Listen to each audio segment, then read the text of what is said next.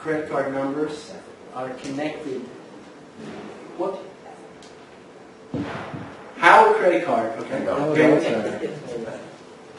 Essentially, the numbers that are on your credit card, or the numbers connected to your checking account, all of those numbers are connected to your personal identifying information. It's connected to your name, your social security number, your address, your all kinds of various aspects of your personalized information.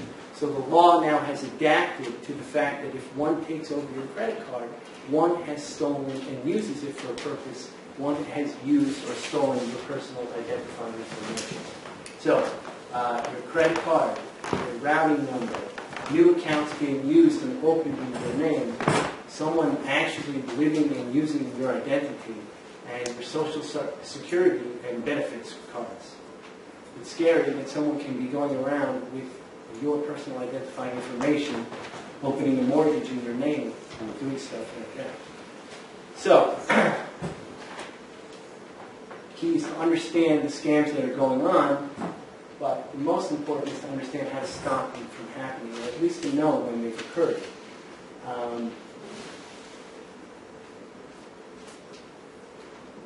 So you can divide them into two stages: obtaining your information and also the use of your information.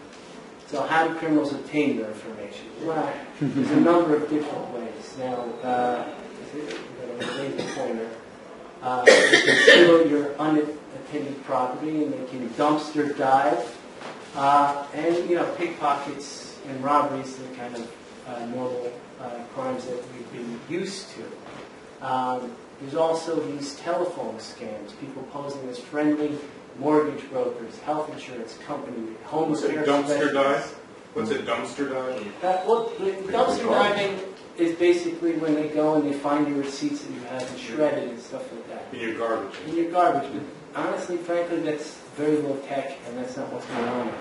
And that was what it was in the older days, excuse me. But it is there. So that's easy, just shred your documents.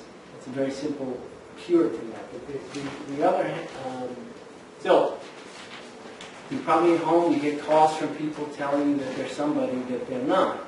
An easy way, recent scams we've seen are people pretending to be from Obamacare, trying to find out what's going on. I don't particularly like the term Obamacare, but pretending to be something that they're not. They say they're from Obamacare? No, they don't say Obamacare. That's I think they're putting on the quote. Sometimes I think they have said it, but there are things that food stamps or the Nigerian lottery or the Haitian disaster scam.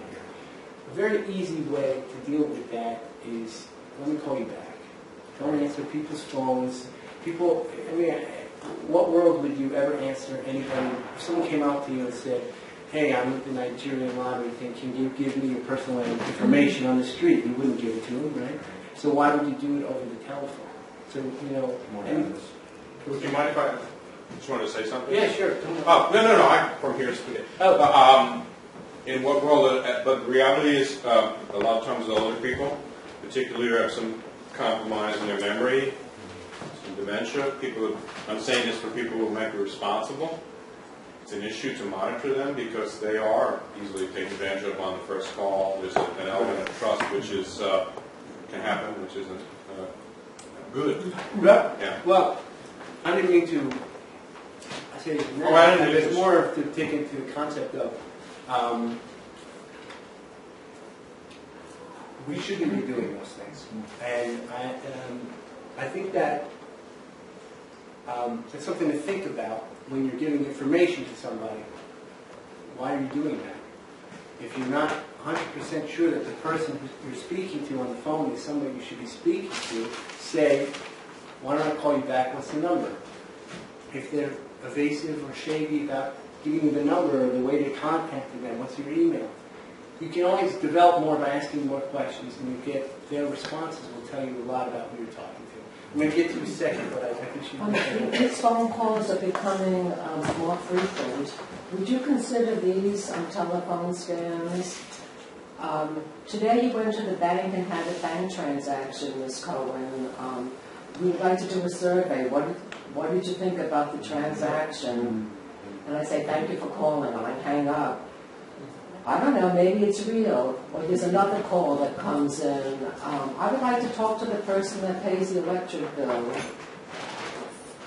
Why is someone calling and asking that question? I think, So, Sales. I mean, who cares, is what I would say. I mean, I never fill out those surveys about how how your shopping experience was. You're not obligated to do it. I don't know, sometimes they'll give you some sort of credit, or they say they will, but I've seen scams where they wind up giving more information in order to get your 20% discount at whatever store you shopped at for filling in the information. I think you should go about dealing with things like that. What's the benefit to you for even interacting with this person? What is it that you can achieve, or what's the point?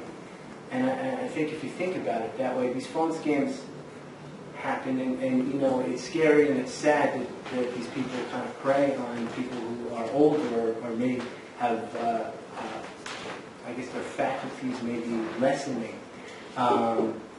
So I don't tell anybody anything about myself. I don't have a Facebook page. I don't have a personal. You can't find me on the internet except when it's posted publicly. And I don't know, our society has sort of shifted in some weird way to that people want to give constant updates about what they're doing and why they're doing it. And then people are getting their houses robbed when they're on vacation because it's easy to find their personal identifying information. So I'm not saying you need to guard against people in your life who may want to be helpful to you, but certainly I don't know why you need to respond to anyone who's calling you directly on the phone. If there ever is a time when I get, you know, I have had my credit card compromised, and I get a Citibank alert, and they say, you know, text me back if this is true and this is your card. I never texted back. I call them, Right. and but they usually give you a number that says, call me back at this number if you don't think. You can call the bank directly, say, I got this. I would never respond to somebody who contacts me. I would then go immediately to the proper direct channels and contact them. I'm sorry, man, you raised your hand. I've been getting food delivered to my home, and on the phone I give my credit card number. Now, is it safe? The credit card numbers are probably saved at the store. How safe? Because I'm only... How safe is it to give your credit card number to a place where you order food? Right, chef. You know, and that's the thing I was talking about.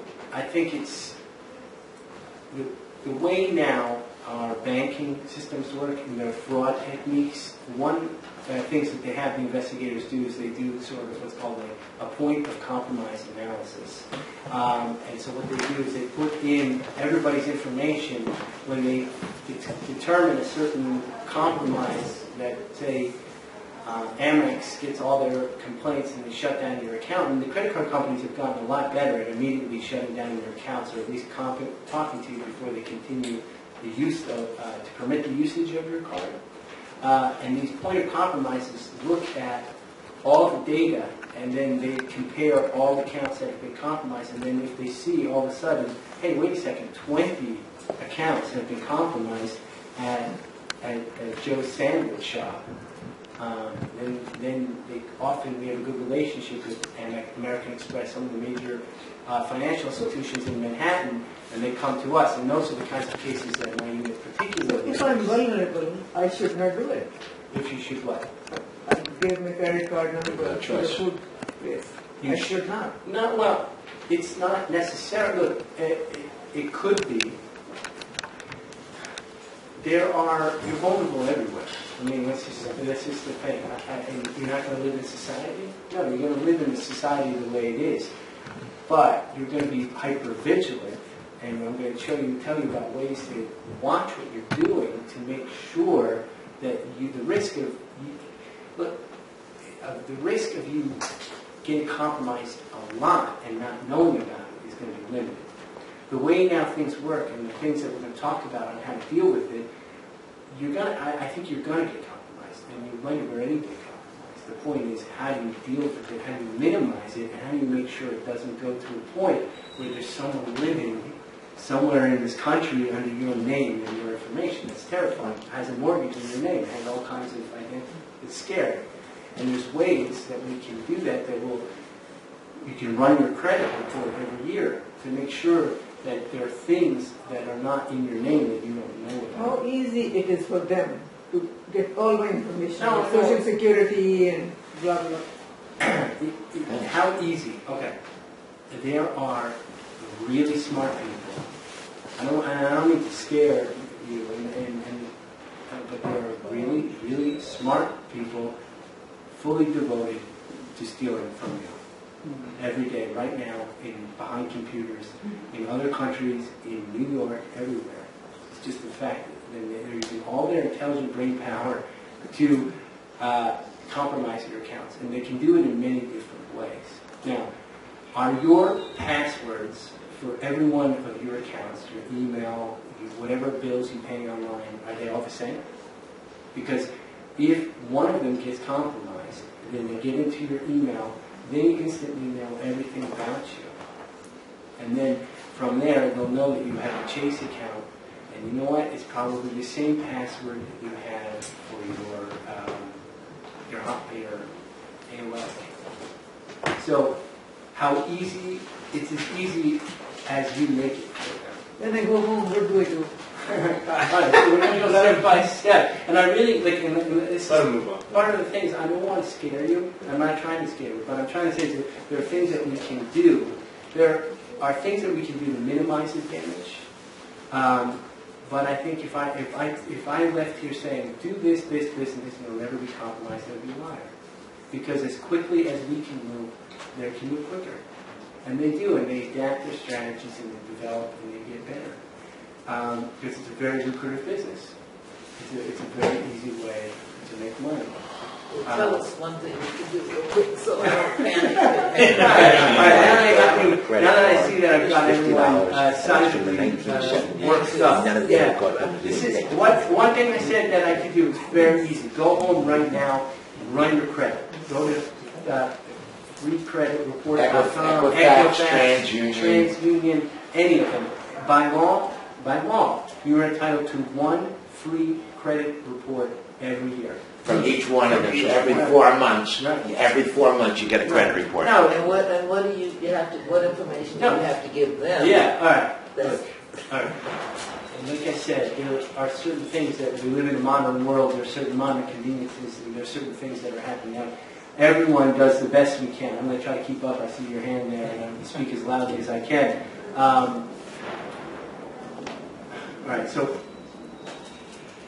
there's it's a billion-dollar industry now, keeping everyone's personal information secret. And there's lots of people who are doing it.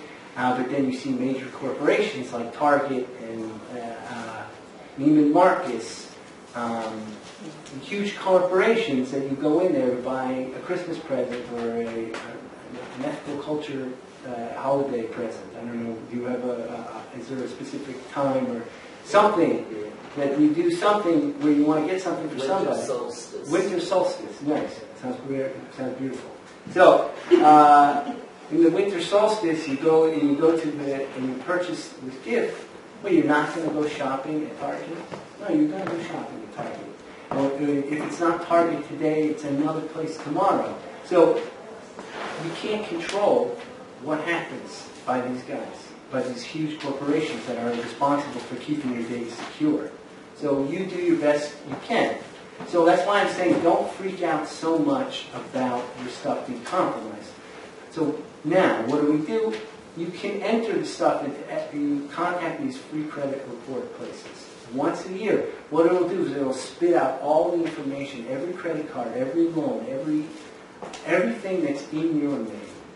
And then you look through it. It's a long document, and some people probably have a dozen credit cards that they don't use, that they entered, I would cancel those cards.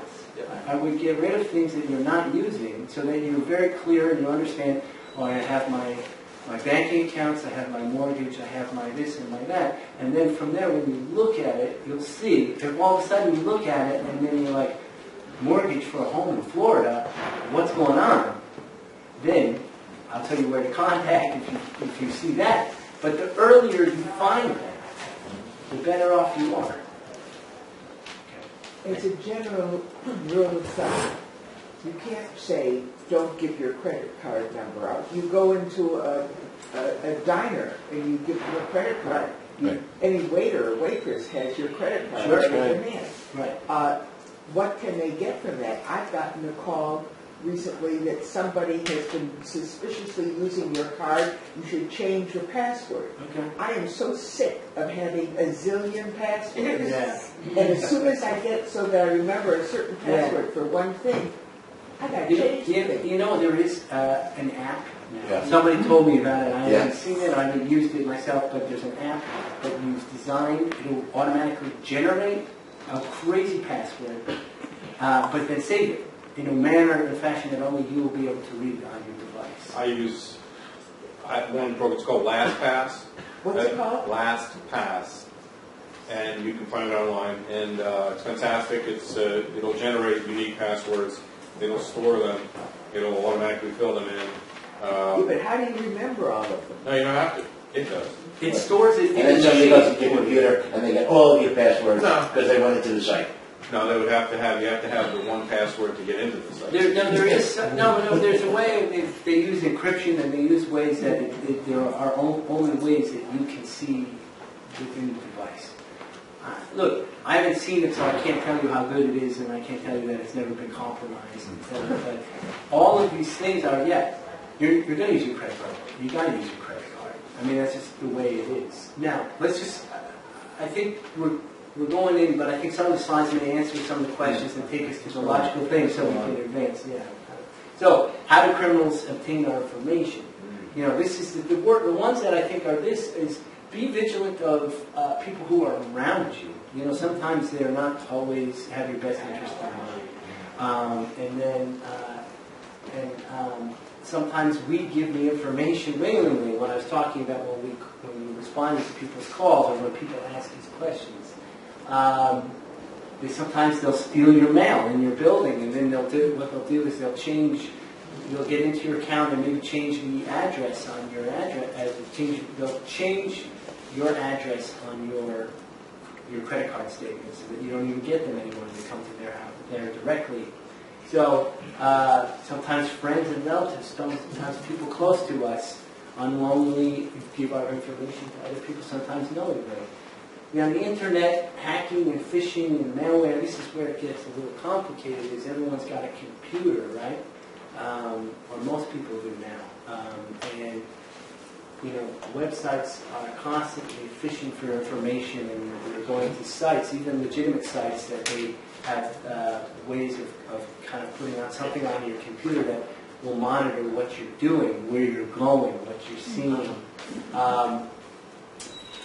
You know, and then these computers often are sometimes used to form part of a larger criminal conspiracy. Your own computer can be used to perpetuate a crime without even your knowledge. You know, you should, virus protection and all that stuff only goes so far. You know, the internet browsing safety and stuff is entirely another course, another class. I don't want to be standing here. I guess the most important thing is you kind of want to go to sites that you're familiar with. You want to use whatever virus protection that you can have. And you know what? I think you want to turn off your computer when you're not using it. I'm sorry? You want to turn your computer off when you're not using it. There are ways that they can get into your machine and actually, that's when I was talking about your passwords. If your passwords are all the same, this is a very easy tip. Change your passwords. Because if they get into your email and they go, if you have a Fidelity account for some reason, and your password is the same to get into your Fidelity account as it gets into your email account, they can get into your Fidelity account, or they can get into your Chase account, or they can get into whatever account. And most people like to use one password because it's easiest for them to remember, and it's their brand my son's birthday, and it's easy to know, and you'll always never forget it. But what happens is, if you use the same one and they ever get into your email, they know instantly what you do, and then they can get into all those other accounts. But you've got the Fair Credit Reporting Act from the 70s that says the most you're liable for is $50, and I've never heard of a major credit card company coming even after you for the 50. No, it's not about the money there. I don't think the money that you're losing from the credit card companies are going to pay you back. The credit card companies could make this easier, but choose not to because they benefit. Oh, excuse me. I got a phone call from American Express in late October saying somebody was using my credit card in South Africa, let alone they took my credit card number from my American Express Gold card and actually had a card made up so they were able to swipe it. Mm-hmm. And according to them, they used it for 3 charges, and what amazed me, they were for like 10, 12, and $15, something innocuous. And I said, no, of course it wasn't me. They said, that's what we thought. They gave me a new credit card number, and I got a new credit card in the mail the following day. They canceled all these charges. They gave me back the transaction fees. Again, all of it went away. I said, wait a minute, they've got a gold card. They could put thousands of dollars on it. And he said, no, what they do is they first run it for this little nothing a couple of times to see if they got away with it. And if they do, then they go for the numbers. But How did they know that there In was Europe, some they have strange credit users? cards at the gym. Because they showed my credit card number Right. suddenly being used in South Africa. Oh, well, that's the point I was making is the credit card companies in Europe, and now it's going to be mandatory in America that there's an additional chip that's on each of the credit cards. Yeah. American credit cards, the companies chose not to do it Yes, because I mean, it was this- too expensive for them. But it minimizes that problem. As an aside, I'm going out of the country in a couple of weeks, and what I always do is, I years ago got rid of all of my cards. All I have is American Express, a Visa, and my credit and my card, my ATM card is a MasterCard, because you don't really need a store, you don't need a gas card. I mean, everybody takes these people. And before I go away, I, for example, call American Express, call Visa, and say, hi, I'm going to be out of the country for this period of time, so if you see charges from, Right. don't freak out. Well, I think what he's going to get into is, and it's true about that your responsibility, I think as long as you report within a certain period of time, is minimized. However, identity theft is another animal where invisibly for at least a period of time, they've established a whole new identity, and I don't want to interrupt. No. It's more than just getting your. I think if all that ever happens to you is your credit card gets compromised and someone charges some charges to you, you should be thankful because it's easy. You're going to get your money back. There's going to be little inconvenience. They're going to get you a new card next week, which is what happened to you. Next day. Next day. What's scary is not that. What is scary? The thing that would frighten me would be somebody running around the world with my name and identity getting arrested in another country, or someone opening a mortgage in my name. And that's the thing that the credit report. Felony black on your name? Well, because they're taking your identity completely. So all of the information is connected to them. Getting arrested, you've got fingerprints eventually, which will determine everything that's in the case. So you just, I don't, and don't be scared. I mean, this is one time. This is kind of a point. The point of this is, look, all of these companies now, they take a ton of your information, so it's everywhere. Cell phone stores, car rental companies, gyms, financial institutions. I miss all of it. hospitals and medical. Everything. So it can be one bad employee at the hospital, one bad person, bad. So it's a complicated word. One person willing to profit from it. I had a big case. This is a case now. And I saw your hand there. I don't want to. I'll come back there. Right now, there's these things, credit cards. You were saying, I don't want to give my credit card number to the sandwich shop when I order my sandwich or whatever, deliver food. They have these things called skimmers or black boxes where they work at a coffee shop where people come in, and it's amazing. They're like robots. You go in, you get your coffee, you look at your phone, you're not paying attention, and you give your credit card, and you look down at your phone, and they take it, swipe it in the register, and swipe it once underneath the table, and there is your information that is stored in this black box. And then that credit card number information, all that information then can be used to magnetize on a magnetic strip on the back, which can then be later downloaded and put onto any kind of gift card. And it could be just like a Target gift card, but it's your because all of those things have those black strips which can be magnetized with your personal information. And this is a very common scam that's happening right now. So how do you avoid that? Let's not take away the little bit of human interaction that we have in our lives. Look at the person who's behind the register. And it's a common thing that's going on right now. But that's the kind of scenario that is really fairly frequently caught by the banks because they recognize the irregularities. That there's a charge. You charge your gas in New Jersey today in the same days. There's gas being charged in South Africa, and the bank picks up on it. Sure. At the risk Oh, I'm of... sorry. I'm going to get her first. 'Cause I was Yeah, mentioning about Sure. about that is not only the amount in the charge they can take from the credit card, but like you said, all the information. I've been living in New York since 1995. I spent like 13 years of my life in Texas before 1995. 2006 I was in New York.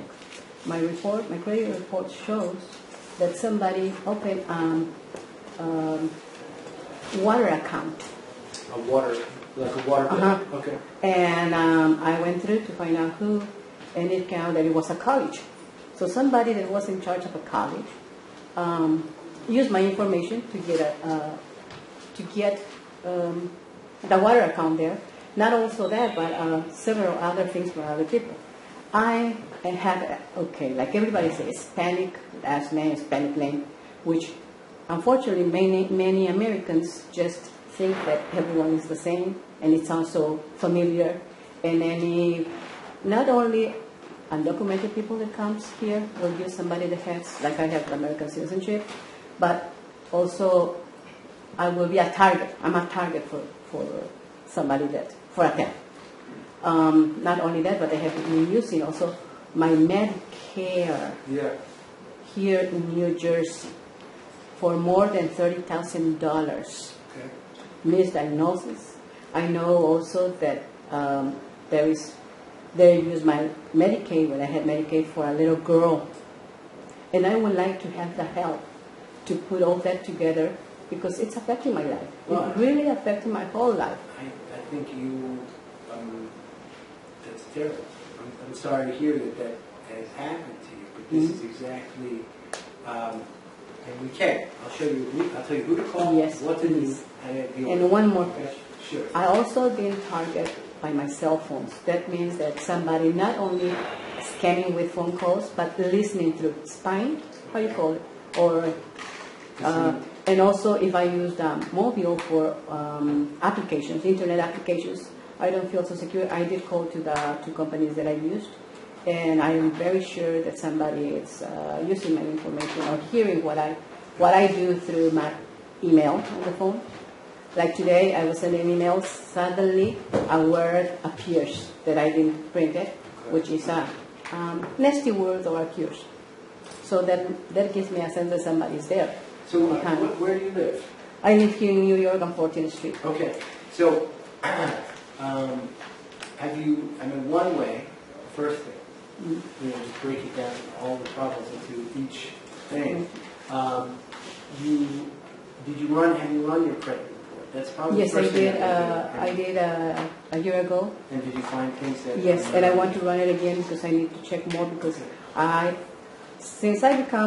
not an elderly, you see, but I'm a physical disabled, not mental disabled. Okay. Physical disabled due to a work accident that I had 10 years ago. Okay. And it brings different complex diagnosis for the trauma. And many people, they heard the word disabled and right ahead they think I'm mental disabled, and I will not understand, but it's not. So that I've been harassed, I've been stalked. So I think that I'll tell you, there's some information contact. First of all, you Yes, can always thank go, you very number much. one, you can always go to your local precinct.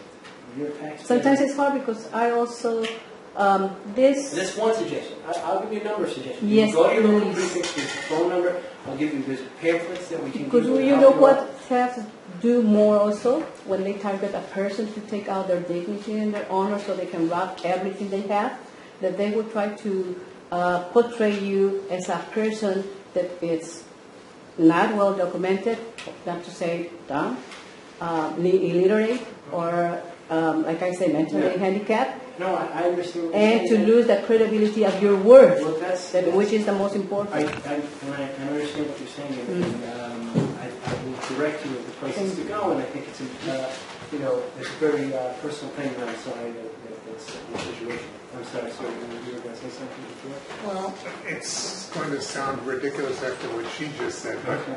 I think if you can tell people what to do, Okay. rather than what happens, because the fact of the matter is, how many of those 100,000 cases that you handle each year have something to do with cybercrime or identity theft? Shockingly, a lot. But a lot. No, but I'm telling you, that there's a growing trend. I It's know. not- you can't say, the numbers have changed. But let me tell you this, I can go backwards. Let me go to the end and I can tell you what to do. Or I can tell you of things that you would want to know. For example, this ATM scandal, when you go to your ATM, there are ways now where they can actually put a phony card reader on there. So you go into your actual ATM and you go there. You don't want to know. I don't have to tell you. No, So you're not wanting to know. We all want to know. Folks, Yes, it's fine. Can I just, No, actually, I know this, just a minute, I think I know where this is going. Right. In the beginning here, he's showing you examples of things that are happening, but you do promise to show things you can do. Yeah. Okay, so to be aware, yeah. There's a So let's, let him show some of what's happening, but It's your also. presentation. It's what you guys want to do. some of us who are older kind of want to have maybe, okay, this might happen, now here's what you Yeah, do. so why don't I go all the way to Rather the than- end? yeah. Okay, let's go to the end and we'll work backwards. And for people who don't want to stay or have to go, they can go and they can talk about, okay, whatever, if you're not interested in how you're going to get compromised and all you want to do is what to do to, once you've been compromised, call this number. Okay? And there's a pamphlet that will be handed out. It's the Cybercrime and Identity Theft Hotline. Number one, you're all residents of New York County, I'm assuming. And if you're not a resident of New York County, you're a resident somewhere close enough, maybe Queens, Brooklyn, maybe New Jersey, wherever. Whatever happens to you all around the world is a crime in New York. Because you're a resident here, your personal identifying information is here, so you are connected to Manhattan. That's what makes Manhattan one of the most unique one of the most unique places for crimes to occur, because all the financial institutions are here, many of the internet providers, a lot of the logistics that the world runs on comes through here, so that gives us jurisdiction. So, number one, you're all taxpayers, right? You all contribute, you vote for the district attorney, you vote, you interact with your community. So, you have every right, and then I'm talking specifically to you, you have every right to walk into your local precinct and tell them what has happened to you and to report your crime, and they are obligated to take you down. But I'm going to tell you this, the best way to come in is don't come on